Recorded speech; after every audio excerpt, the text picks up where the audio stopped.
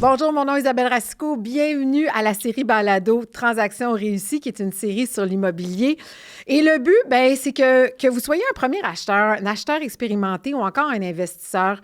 Comme le marché est en ébullition au Québec, on veut vous donner le plus d'outils possible pour vous permettre de naviguer à travers tout ça avec confiance et assurance. Et on le fait avec une sommité en la matière, Georges Bardagy. Georges, on parle des vendeurs. Puis j'ai envie de te demander, quand tu es vendeur, est-ce que la première chose à faire, c'est de t'acheter une maison avant de vendre la tienne ou c'est l'inverse? C'est tellement une bonne question. C'est une question qui ne demande pas de réponse courte, par exemple. Vas-y. Parce que c'est sûr que pour quelqu'un qui est financièrement très à l'aise, quelqu'un qui n'a pas de financement sur sa maison est toute payée, oui. Puis il va être certain de savoir où ils vont habiter dans leur prochaine habitation, il pourrait décider d'acheter avant de vendre. Mais pour la plupart des gens, peut-être 80% des consommateurs, au moins, ils sont obligés de vendre avant d'acheter parce qu'ils n'ont pas la capacité financière de passer puis de sécuriser leur achat sans avoir vendu leur propriété. Fait que dans ce cas-là, le conseil que je leur donne, c'est que je dis, vendez votre propriété le plus tôt possible avec une date d'occupation le plus loin possible. Okay. Comme ça, vous allez savoir exactement quel budget vous disposez en poche pour pouvoir procéder à l'autre achat. Puis vous allez avoir plusieurs mois pour trouver cet achat-là. Est-ce que c'est stressant d'avoir vendu sans savoir où on va aller? Réponse oui. Est-ce que c'est très stressant pour une jeune famille avec des enfants qui ne savent pas où ils vont les inscrire à l'école, etc.? Oui, mais ça se fait. On arrive toujours à trouver la bonne propriété, mais cette transition-là, c'est plus délicat qu'un locataire qui fait son premier achat, qui dit à son propriétaire « je quitte le 1er juillet ». Puis j'ai comme 4 à 5 mois pour acheter ma première propriété. Là, c'est un peu plus simple, cette question-là. OK. On a parlé, pour bien vendre sa maison, de l'avoir en bon état. Ça, c'était dans le dernier épisode. Puis on a aussi parlé de la bonne façon de mettre la maison en vente, donc la mise en marché. Là, on va parler vraiment dans le 3e épisode de fixer le bon prix. Puis il faut que je te dise que dans tout le processus de vente d'une maison, moi, ça a toujours été le moment le plus stressant pour moi parce que je voulais m'assurer d'avoir le maximum pour ma maison. Moi, il n'y a rien qui me fait plus suer que de savoir que j'ai laissé de l'argent sur la table. Puis en même temps, je voulais absolument pas avoir à baisser le prix. Si tu étais mon courtier, tu me répondrais quoi à ça? Bien, tu as parfaitement raison. Ça, c'est vraiment une excellente analyse. Sauf que... Non, mais la première étape, on l'a vu, c'est bon. Toi, c'est ta job, c'est de préparer ta maison pour qu'elle soit la plus belle. Notre job au courtier, c'est de faire la meilleure mise en marché. La 3e étape, le prix, il faut qu'il soit le plus haut possible pour ne pas laisser d'argent sur la table.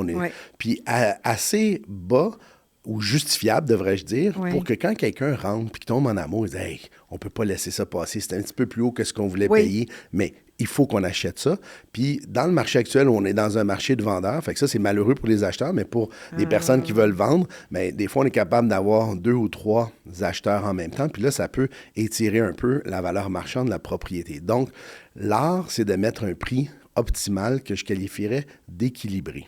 Parce qu'on veut pas... on ne veut pas payer un courtier pour donner à la maison, donc de ne pas demander assez cher. Puis de demander trop cher, le résultat, c'est que la maison va rester longtemps sur le marché sans se vendre.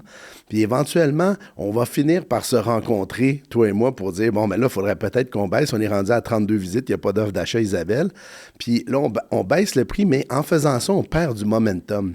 Parce qu'une maison qui est nouvellement sur le marché, c'est comme une nouvelle voiture, c'est comme une nouvelle blonde. Une nouvelle blonde, tu sais, comme c'est excitant.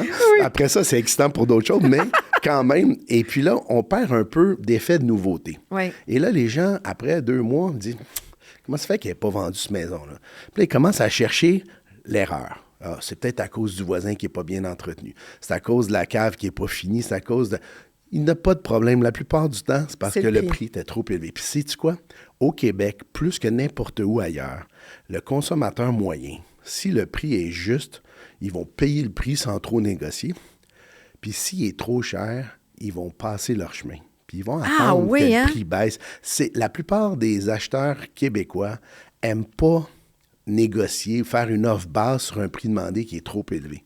Fait que des fois, j'ai une maison, les vendeurs ont le droit de choisir un prix un petit peu plus élevé. On a respecté leur choix de demander un peu plus élevé.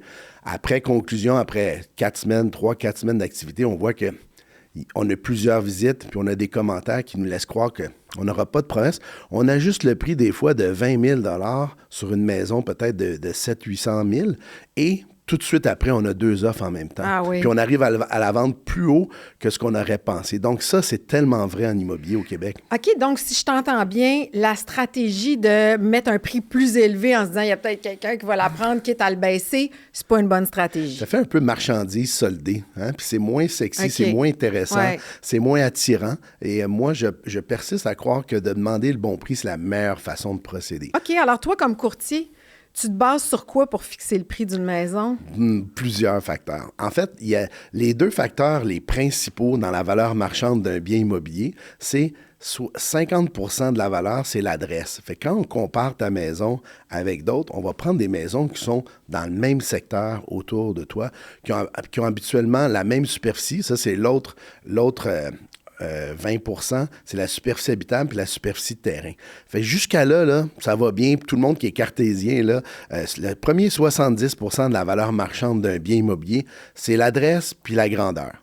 Le 30 % qui reste, c'est 1001 facteurs. Ça peut être, ça peut être la qualité des rénovations. Ça peut être l'exposition au soleil. Si on est sur une rue passante, pas passante. S'il y a une piscine, pas de piscine. Si le voisin est bien entretenu ou pas. On est à côté d'une école, un centre d'achat, une station-service. Une station hydro, Québec. Oui, effectivement. Il y en a eu. Est-ce qu'il y a une source de bruit qui pourrait affecter? Ouais. Alors, il y a plein de facteurs, puis c'est là que la plupart des gens se perdent en évaluation immobilière. C'est que nous, les courtiers, à force de voir des maisons sans arrêt dans le même quartier, on a cette espèce de pif qui permet de dire, il y a des tiroirs qui ouvrent, puis il y a des tiroirs qui ferment quand je te parle. Je déballe les comparables devant toi. J'ai dit, celle-là, elle avait un problème d'infiltration d'eau qui n'a pas été réglé. Ça, c'est une situation. Fait que vu qu'on a vendu beaucoup de ces maisons-là nous-mêmes, c'est pour ça que d'avoir un courtier qui travaille le secteur, c'est toujours précieux, parce qu'on connaît toutes ces petites différences-là. C'est des choses, des petits détails, mais ça, on met ça bout à bout, puis à un moment donné, on arrive avec un prix, puis je peux me tromper, là, je veux dire, c'est pas une science exacte, l'évaluation, mais normalement, un excellent courtier devrait arriver avec un écart d'environ 3 à 5 %. OK, mais avant de continuer sur le prix en tant que tel, moi, je me rappelle d'avoir visité une maison qui était magnifique.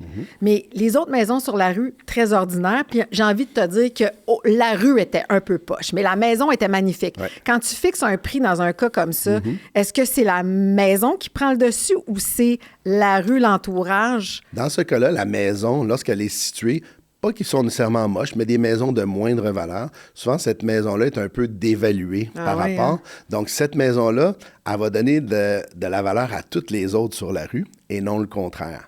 Fait que c'est pour ça qu'on dit souvent, quand tu achètes une propriété, tu essaies d'acheter le lot moyen, la grandeur moyenne, les rénaux d'un prix moyen ou un peu plus bas. Parce qu'à ce moment-là, c'est toi qui vas prendre la valeur à cause des maisons un peu plus élevées. Donc, on dit souvent en anglais location, location, location comme étant le premier critère. C'est vrai que la localisation, c'est très important parce que, par exemple, les gens me disent, ben pourquoi, par exemple, à Westmount, qui est probablement le quartier à Montréal le plus cher même de la province de Québec, pourquoi? C'est parce qu'il y a une grosse concentration de maisons cossus, avec des matériaux nobles, beaucoup de travaux de rénovation. Ils ont des vues, ils sont proches du centre-ville, ils sont proches du parc du Mont-Royal. Bref, il n'y a comme pas beaucoup de défauts à habiter à Westmount. La demande pour cet endroit-là, donc le terrain en dessous des maisons, c'est le prix le plus cher au pied carré pour du terrain dans la région.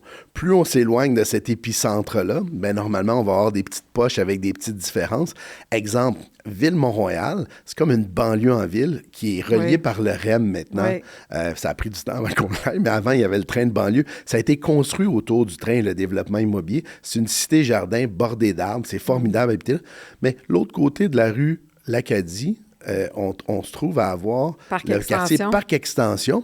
Puis là, il y a une grosse densité. Tu sais que l'été, on mesure la température entre les 2 quartiers la même journée parce qu'il y a moins d'arbres. Il fait plus chaud à Parc Extension dans les grandes canicules. Mais tout ça pour dire que Parc Extension, c'est un endroit qui commence à prendre beaucoup de valeur parce que quand on regarde ça, c'est très bien situé dans la ville, c'est proche de beaucoup de choses et il y a des maisons dans le parc extension qui commencent à se vendre. C'est un quartier au début où il y avait beaucoup d'immigration. Ouais. Il y avait une première vague de communautés grecques, italiennes. Ouais. Puis après ça, on a eu toutes sortes de communautés qui se sont ajoutées.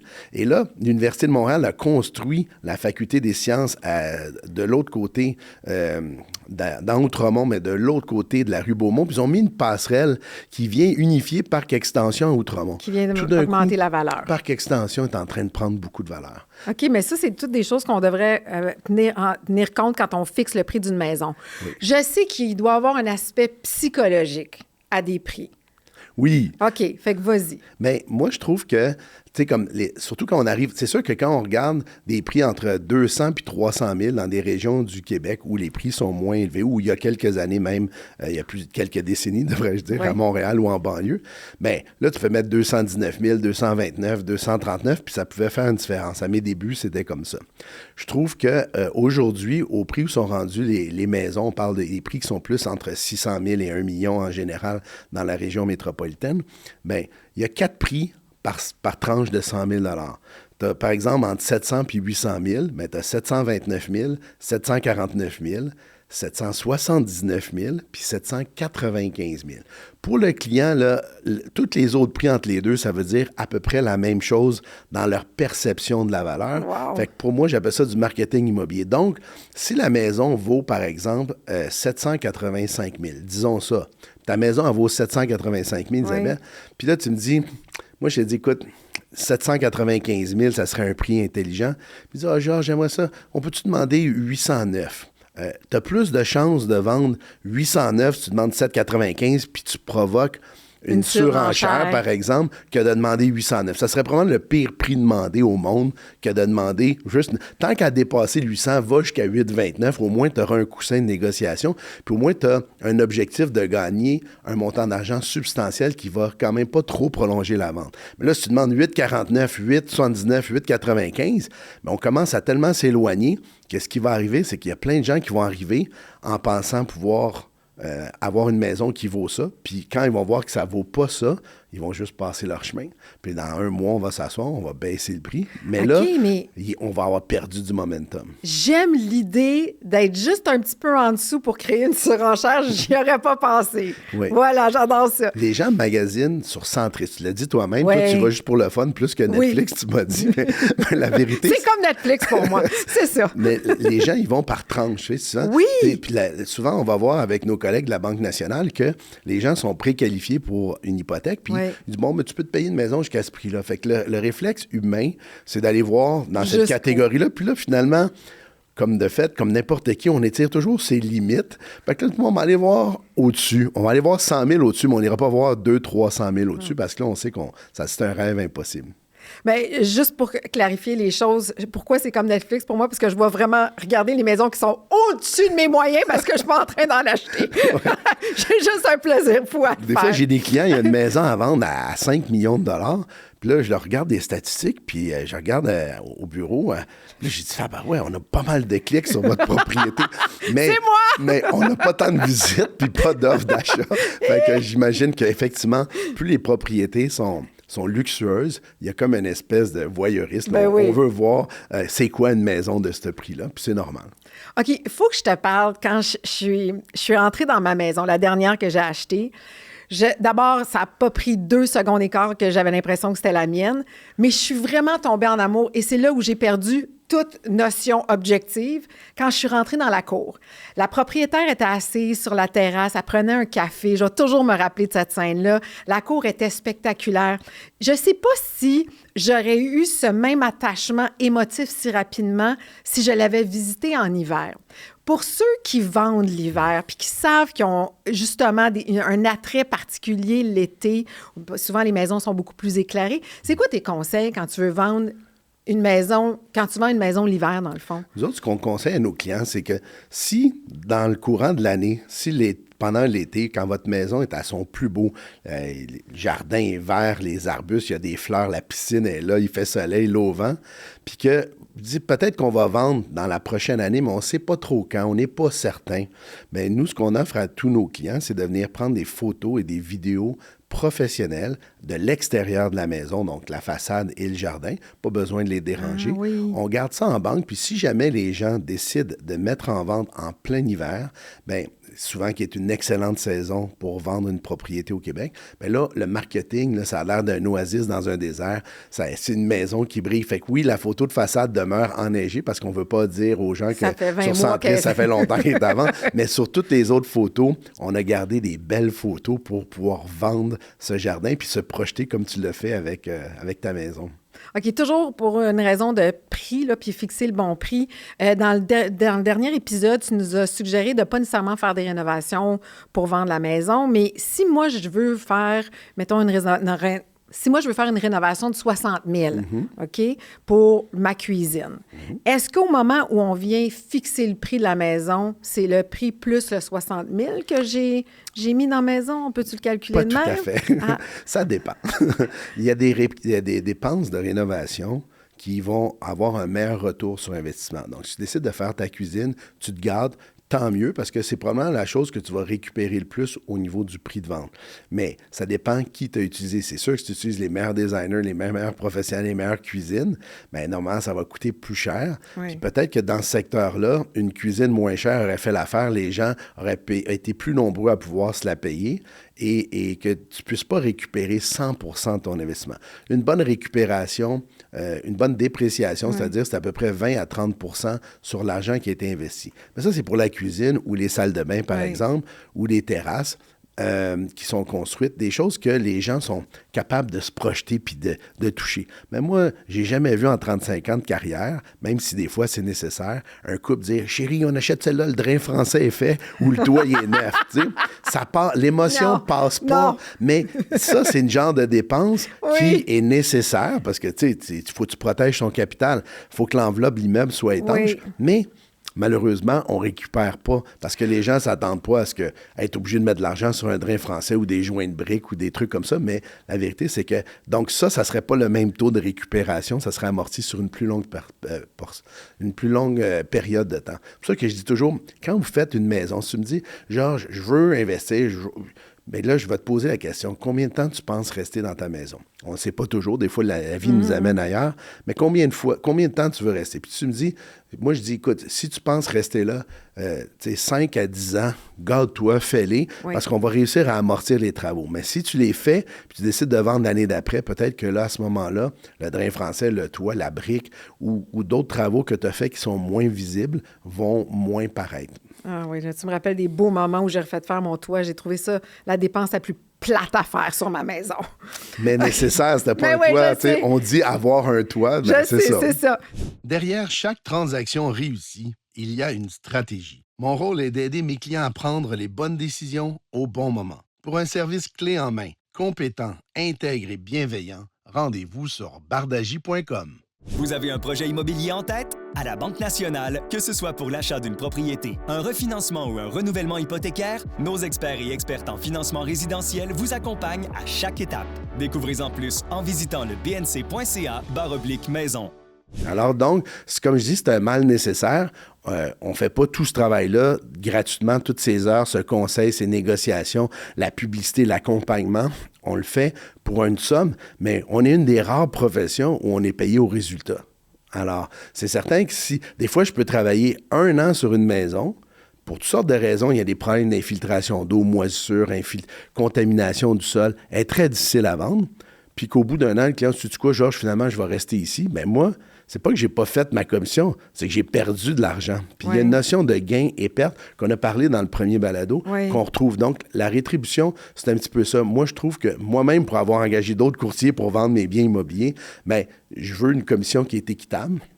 Et ça varie selon le prix qu'on demande. Fait que si, par exemple, tu dis, moi, je sais pas, la maison, elle vaut 800 000 $, puis tu dis, moi, Georges, je veux l'essayer à 900 parce que je veux ça. Bien, je vais dire, Isabelle, si c'est pour faire ça, bien, essaie de motiver, mettre une carotte. Des fois, présentement, des développeurs au centre-ville qui ont plus de difficultés à vendre leur condo parce que le marché est un peu plus difficile dans cette catégorie, bien, ils vont offrir des commissions plus élevées aux courtiers pour qu'on amène des clients sur la propriété. Donc, puis ça, notre commission, on peut la négocier basée sur le prix final de vente? On la négocie en partant, c'est-à-dire au contrat de courtage, il y a une commission, puis cette commission-là, il y a aussi le partage qui est obligé d'être divulgué à toi comme vendeur. Je vais dire, écoute, bon, ben, mettons, tu me donnes 5 % de rétribution, mais moi, je vais donner 2,5 au courtier qui représente l'acheteur parce qu'on veut motiver tout le monde à amener quelqu'un. Okay. Et ça, c'est transparent, c'est écrit là et c'est écrit dans la fiche technique. Donc, il n'y a pas de commission, il n'y a pas de commission obscure ou quoi que ce soit. Il n'y a pas de surprise. Et tu disais aussi qu'il fallait faire attention aux courtiers qui offrent une basse commission. Mais pas de faire attention. Pour moi, la rétribution, les gens ont le droit de choisir la commission qu'ils veulent. La loi sur la concurrence ne peut pas obliger le courtier à dire c'est ça le taux, etc.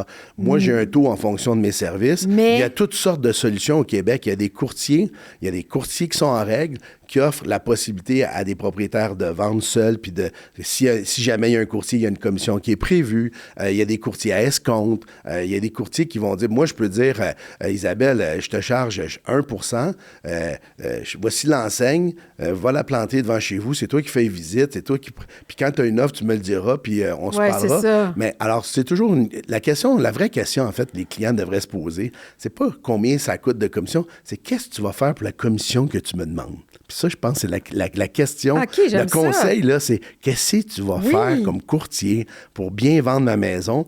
Puis, à partir de ce moment-là, on peut comparer les offres de services, demander des références, regarder des Google Reviews pour être certain que notre commission est bien investie puis qu'elle va produire un bon résultat. Ça, c'est ça qui est le plus important. Tu l'as dit tantôt, on est dans un marché de vendeurs en ce moment. J'ai envie qu'on parle des offres multiples. Mm-hmm. Comment un vendeur doit gérer les offres multiples. Puis je veux juste préciser que les offres multiples, ce n'est pas la surenchère. C'est les causes à effet, oui, mais c'est plusieurs acheteurs qui offrent... c'est au moins 2 offres simultanées sur une propriété. Voilà. Fait que maintenant, comment un vendeur doit gérer ça? Mais le vendeur, il est dans une bonne position parce que quand il y a 2 promesses d'achat sur la table, bien là, nous, comme courtier, on explique tout le contenu de la promesse d'achat. Fait que souvent, on va tout de suite au prix. On va dire combien qu'il m'offre. Puis là, j'ai dit, le prix, c'est un des éléments. Il y a le prix, la date d'occupation, qui sont souvent ce qui se négocie le plus. Ensuite, il y a la liste des inclusions, donc tous les biens meubles qui pourraient être inclus ou exclus de la transaction. Ensuite de ça, il y a le délai pour la condition d'inspection, les conditions de financement. Alors, il y a plusieurs éléments dans la promesse d'achat, à part le prix, qui doivent être négociés. Puis quand on compare, des fois, il y a des gens qui vont dire, écoute, moi, la date est plus importante que le prix. There's no way que je vais déménager avant que mes enfants finissent leur classe. C'est secondaire 5, c'est la dernière année. Puis l'offre de l'acheteur me demande de déménager le 1er juin, ça n'arrivera pas. J'aime mieux vendre moins cher le 15 juillet. Alors, on voit ce genre de conversation-là. Et à partir de ce moment-là, on identifie à qui on pourrait faire une contre-proposition. À chaque fois qu'il y a une promesse d'achat, il y a 3 choses. Soit qu'elle est acceptée, soit qu'elle est refusée, ou soit qu'on fait une contre-proposition, ce qui est la plupart du cas.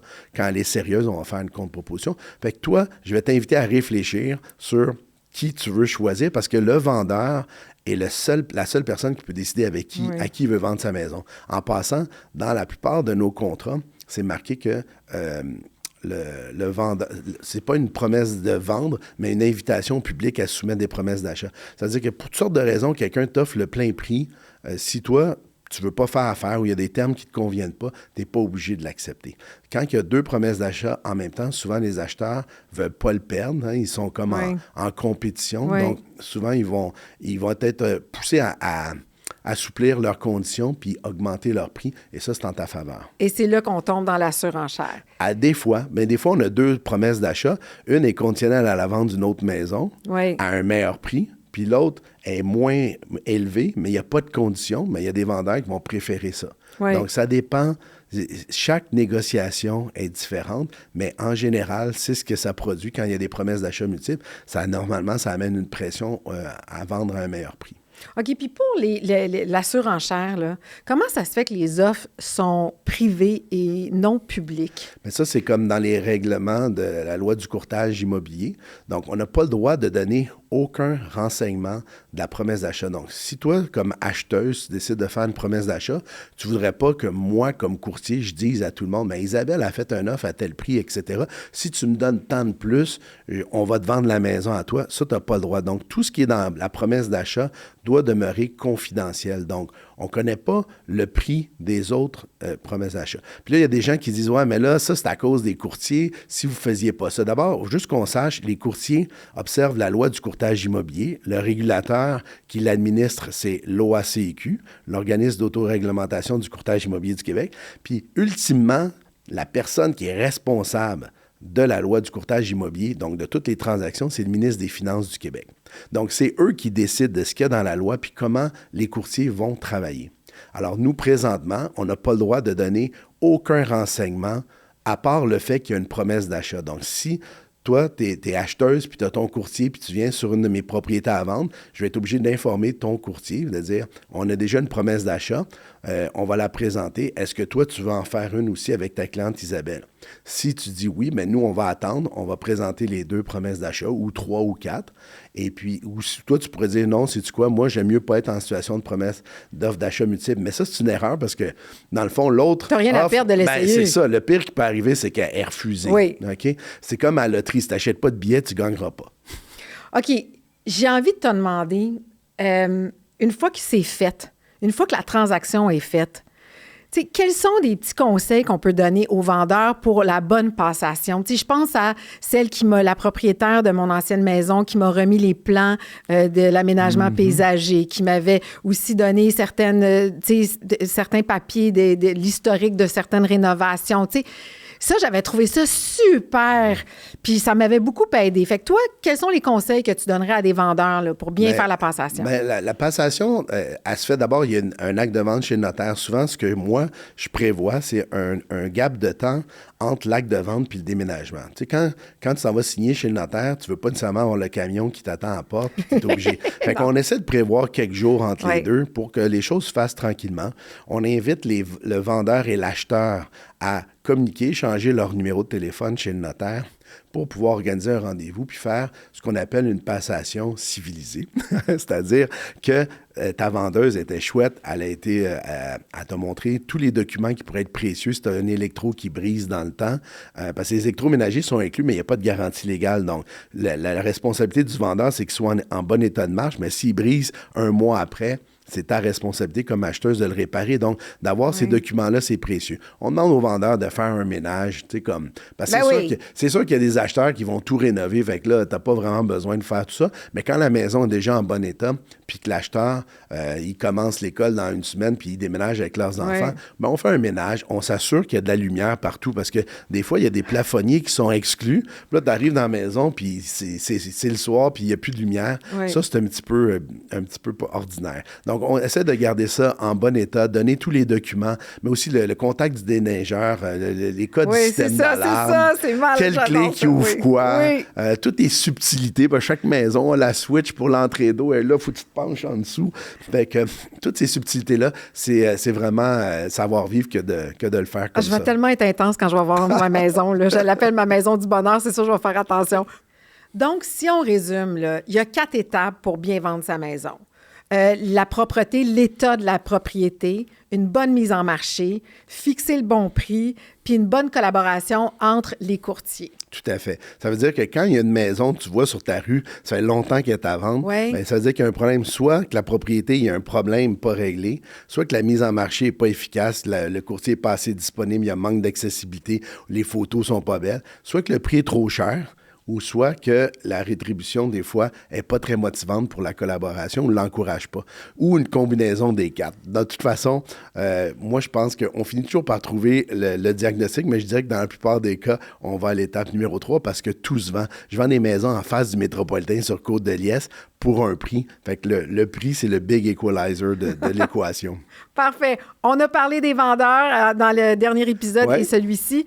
Là, le prochain, on va être du côté des acheteurs. Les acheteurs qui sont malheureusement dans cette époque-ci dans un marché de vendeurs. Fait qu'il y a quand même des petits trucs, des astuces pour qu'ils puissent tirer leur épingle du jeu puis dénicher la perle rare. Super, manquez pas ça. Ce balado est une production de Cogeco Média. Merci à nos partenaires Agence immobilière Bardagie et Banque Nationale.